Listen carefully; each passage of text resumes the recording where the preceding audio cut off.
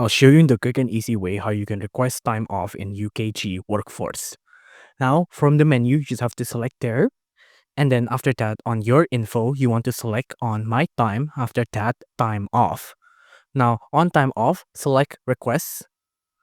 On requests, you want to select what kind of leave you want. Like for example, in here, I want to select a sick leave, right?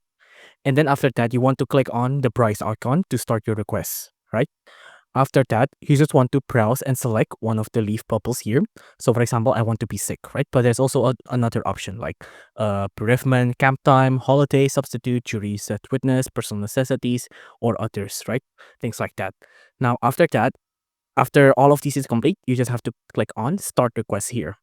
After that, you have to choose a request type. How long will you be out? Like, is it a full day, multiple days, partial days, bulk, start and stop, those types, right? Now, fill this out according to what you actually need.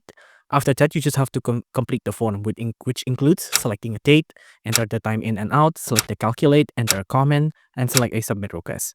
After that, your time off request is now reflected on your timesheet, right?